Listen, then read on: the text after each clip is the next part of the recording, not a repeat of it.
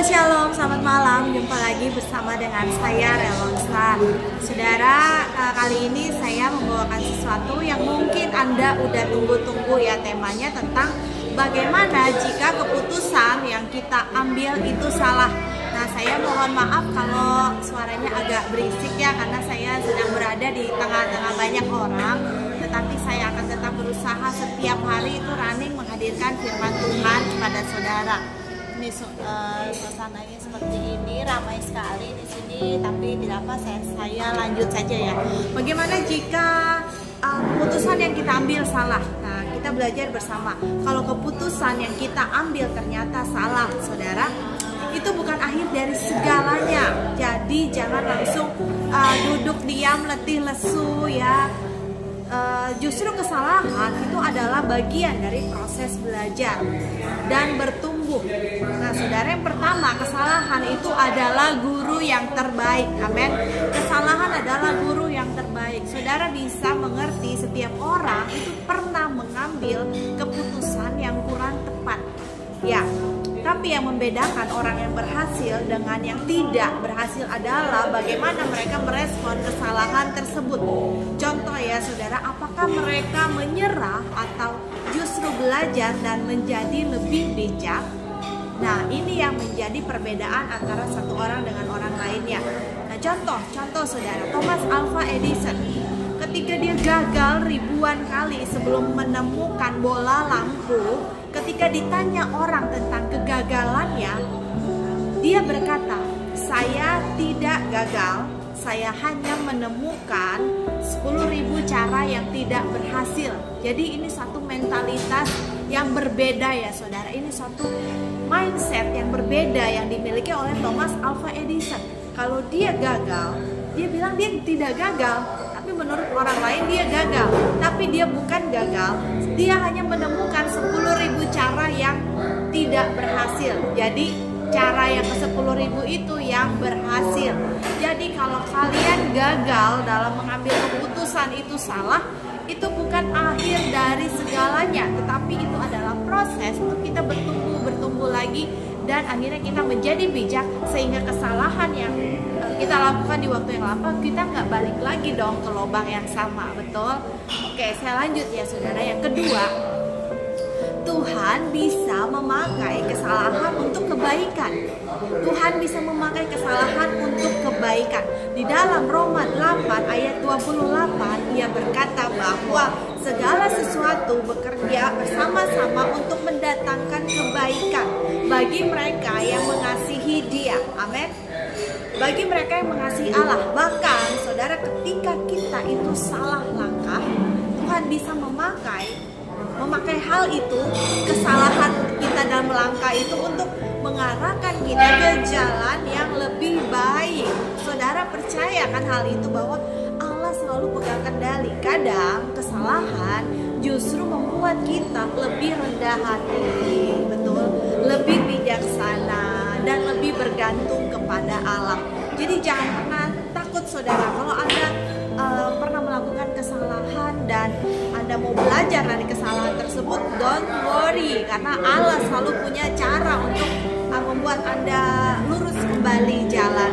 Oke, contoh di Alkitab saudara, ada Musa pernah membunuh seorang Mesir dan melarikan diri ke padang gurun. Jadi habis dia membunuh orang Mesir itu, dia melarikan diri ke padang gurun saudara.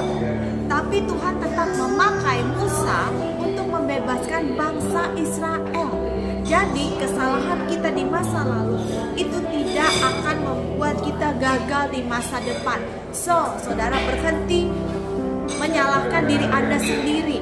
Berhenti mengintimidasi diri Anda sendiri. Bebaskan Anda dari intimidasi rasa bersalah, tapi tetaplah maju ke depan, karena Allah selalu memberikan kita kesempatan untuk kita bertobat atau untuk kita mengambil suatu pembelajaran dari kesalahan kita di masa yang lalu. Yang ketiga saudara, apa yang kita harus pelajari dari kesalahan kalau keputusan yang kita ambil salah? Evaluasi, belajar, dan coba lagi. Apa yang ketiga saudara adalah evaluasi, belajar, dan coba lagi. Daripada terus kita menyesali kesalahan, aduh bisnis saya gagal yang kemarin. Aduh, saya kemarin tuh salah nih mengambil langkah. Saya pacaran sama orang yang salah. Aduh, saya bodoh banget ya. Udah berhenti ya saudara untuk membebani diri Anda itu dengan kesalahan-kesalahan, menyalahkan diri terus. Daripada terus menyesali kesalahan, lebih baik tanyakan, apa yang bisa aku pelajari dari peristiwa ini. Kemudian yang kedua, bagaimana aku bisa mengambil keputusan yang lebih baik di masa depan. Yang ketiga, apakah aku sudah berdoa dan meminta hikmat sebelum mengambil keputusan.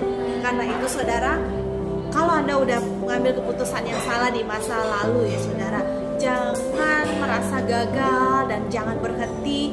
Minta hikmat kepada Tuhan untuk mengambil keputusan di langkah Anda selanjutnya. Nah, tipsnya saudara, tips buat saudara semua. Yang pertama, jangan takut salah, tapi belajarlah dari kesalahan masa lalu.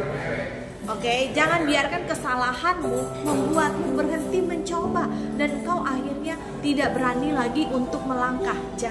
Jangan pernah didikte oleh kesalahan keputusan yang telah Anda ambil di masa lalu, tetapi bangkitlah dan coba lagi sampai kalian bisa menemukan satu cara yang lebih baik daripada keputusan yang Anda ambil di masa lalu. Oke, yang ketiga, selalu libatkan Tuhan dalam setiap keputusanmu. Selalu libatkan Dia dalam setiap keputusanmu. Karena apa? Karena Tuhan itu omniscience. Omniscience adalah Dia maha tahu. Dia tahu semua apa yang akan terjadi dalam hidup kita, karena Dia adalah pemegang kendali dalam hidup kita. So, serahkan semua keputusan-keputusan penting yang harus kau ambil dalam hidupmu kepada Tuhan, Sang Omniscience tersebut. Biarlah Tuhan yang akan bekerja dalam hidupmu dan akan memberikan kamu hikmat keputusan apa yang harus diambil untuk ke depannya. Kesalahan bukan berarti hidupmu hancur, saudara. Tidak. Yang terpenting adalah bagaimana kamu bangkit dan melangkah maju dengan lebih bijak dan dengan lebih powerful. Jangan takut mengambil kendali atas hidupmu hanya karena takut salah. Jangan saudara, tapi teruslah mencoba lagi, dan Tuhan selalu bisa mengubah kesalahan menjadi berkat. Saya pernah juga melakukan kesalahan tentunya ya di masa lalu, di mana saya salah bergaul, saya memilih teman dekat yang salah saudara. Ternyata ya orang yang saya pikir selama ini teman dekat, ternyata dialah orang yang meracuni saya dengan cerita-cerita yang negatif, sehingga hubungan saya dengan orang-orang di sekitar kok jadinya semuanya negatif gitu ya. Karena terus-menerus dia cekoki saya dengan pemikiran-pemikiran yang negatif. Nah, sekarang saya sudah bertambah matang dan usia saya juga sudah matang ya saudara. Usia udah 40-an, saya udah mengenal banyak orang dalam perjalanan hidup saya. Jadi sekarang saya udah tahu, oh ini tipe ini, dia itu pengen kontrol hidup saya. Dengan cerita-cerita yang begitu, saya jadinya bergantung sama dia. Oh sekarang jadi nggak bisa lagi seperti itu saudara. Saya belajar dari kesalahan masa lalu, sekarang saya mandiri. Tidak banyak bertanya lagi dengan orang-orang di sekitar saya, fokus kepada Tuhan, tanya kepada sumber hikmat itu sendiri. Dan sekarang saya lebih selektif dalam memilih orang-orang yang ada di circle yang dekat dengan saya, orang-orang yang dekat dengan saya. Sekarang saya selektif, saya milih-milih saudara. Kenapa? Karena pergaulan kita akan menentukan kualitas hidup kita.